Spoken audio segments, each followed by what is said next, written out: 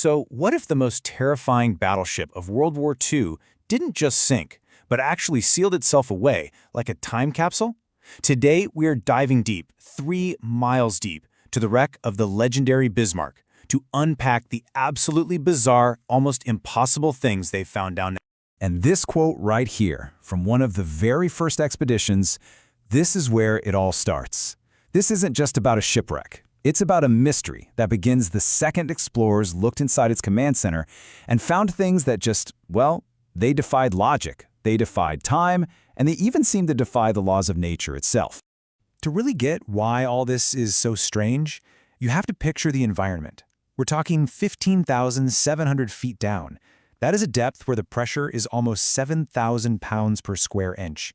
It's an environment that crushes everything. It's hostile to life. But as we're about to see, it's strangely good at keeping secrets. And that brings us to the first huge anomaly. See, when the submersibles finally got to the control room, they weren't looking at a collapsed, rusted-out shell like you see with the Titanic. No. They found a room that was eerily, almost unnaturally preserved. This whole mummification thing happened in basically 4 steps. First, when the hole was ripped open, ruptured machinery just flooded the control room with this thick hydraulic oil. It coated everything, creating a perfect seal. Then, the insane deep-sea pressure and the freezing cold literally locked it all in place. This created a totally oxygen-free bubble where decay just stopped. I mean, leather didn't rot, paper didn't dissolve, it was frozen in time. So you have to ask the question, right? Was this just a 1 in a billion stroke of luck? Or was it a deliberate fail-safe? Think about it. Other parts of the ship were completely obliterated, but the nerve center, the control room, stayed intact. Some researchers actually think the ship's architecture was designed this way, to funnel oil into this specific area, essentially turning it into a crash vault to protect its most critical intelligence, a plan to preserve its secrets even in death. But beyond the incredible preservation, it's what was inside that control room that really started to baffle people. The technology they were finding seemed, well, it seemed decades ahead of its time. Okay, check this out. They scanned the ship's main compass housing and it gave off 0 magnetic signature. Nothing. Now, for a standard World War II compass, that is completely impossible. The leading theory is that this was a top-secret Anard schema gyro compass, a kind of tech usually only found in U-boats because it can't be jammed. But even weirder, the housing wasn't steel. It was a nickel-titanium alloy. That's something you'd expect to see in the aerospace industry, not on a battleship from the 1940s. And then you've got the mystery of what wasn't there. The ship's encrypted voice transmitter, the Funksprechgerät. It was gone, and I don't mean it was blown to bits.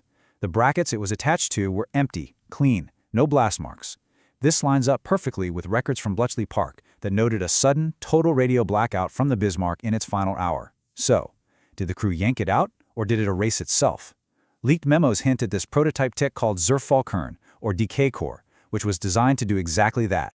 So the physical objects are strange enough, but the mystery really goes off the deep end when you start looking at the human traces left behind, and at the very fabric of time itself, which seems to have just broken down while the ship was sinking. Decades after the main discovery, a controversial, unauthorized dive reportedly found another notebook page. And here's the crazy part. It wasn't preserved in oil. It should have been pulp, but supposedly it was still legible. And on it, one single, haunting phrase was written over and over again. Sie warten unter dem Kiel. They wait beneath the keel. A warning? A final cryptic message? No one has any idea. And this perfectly illustrates the time anomaly. A naval chronometer, its glass somehow still intact, was found frozen at 10:16 a.m. Another pocket watch from a completely different part of the ship was stuck at 10:17. But here's the thing. Every single historical record says the Bismarck sank at 10:39 a.m. That's a 23-minute gap. What kind of event could stop multiple clocks in separate sealed compartments at almost the exact same wrong time? Well, there are 2 main theories. One is that there was a massive internal shockwave, some kind of hidden explosion that we don't know about that rattled the ship's core systems. The other theory is a lot more exotic. It points to a powerful electromagnetic burst, an EMP, that could have just fried every delicate electronic component, including the clocks, in a single instant. And that, by the way, would also explain the weird sensor interference that modern ROVs still experience around the wreck. And from here, the evidence goes from just strange to downright eerie, removing beyond physical stuff and into phenomena that seem to defy any easy scientific explanation. Because, as it turns out, the wreck, it isn't entirely silent. So in 2013, a marine acoustics project recorded this bizarre sonar ping. As you can see from the analysis, they concluded it was mechanical. It was fragmented, and it was pulsing with perfect precision, every 43 seconds. But the most critical part? The sound wasn't just bouncing off the seabed, it was echoing directly from inside the Bismarck structure, almost as if something in there was still active. It's not just sounds either. During a dive in 2002, James Cameron's ROV recorded this, a soft, red glow inside a corridor that lasted for just 4 seconds. Now this wasn't a camera glitch. You could see the light reflecting off the surrounding metal. It also registered a tiny heat spike and was immediately followed by magnetometer interference. An energy leak from a decaying capacitor? Maybe. Or something else entirely. Okay, so all of these clues, the unnatural preservation, the impossible tech, the creepy warnings, the phantom signals, they all lead to one final, tantalizing mystery. A physical barrier that could hold the key to, well, everything. The leading theory about what's behind this final door involves this concept right here, a Faraday cage. It's basically an enclosure that's designed specifically to block electromagnetic fields, shielding whatever's inside from any kind of energy burst, like, for instance, a potential EMP. Just keep that in mind.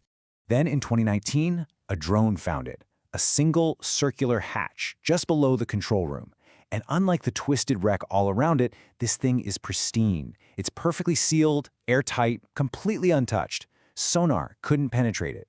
All it revealed was a hollow space behind it and what engineers called a dense metal dampening anomaly, which is exactly what you'd expect to see from a Faraday cage. And on a declassified schematic, this exact area is cryptically labeled Project Sapphire. So you might be thinking, just open it, right? The tools exist. They could breach that hatch. But they can't. The Bismarck is a war grave, and it's protected by international law. To open it would be to desecrate a memorial. So the ultimate secret, whatever it is, remains locked away. And that leaves us with this one final haunting question. What was in there? Advanced technology? A final warning to the future? Or maybe something else we can't even begin to comprehend? Whatever lies behind that door, it was a secret so important that it was worth sealing forever in the crushing dark, still waiting beneath the keel.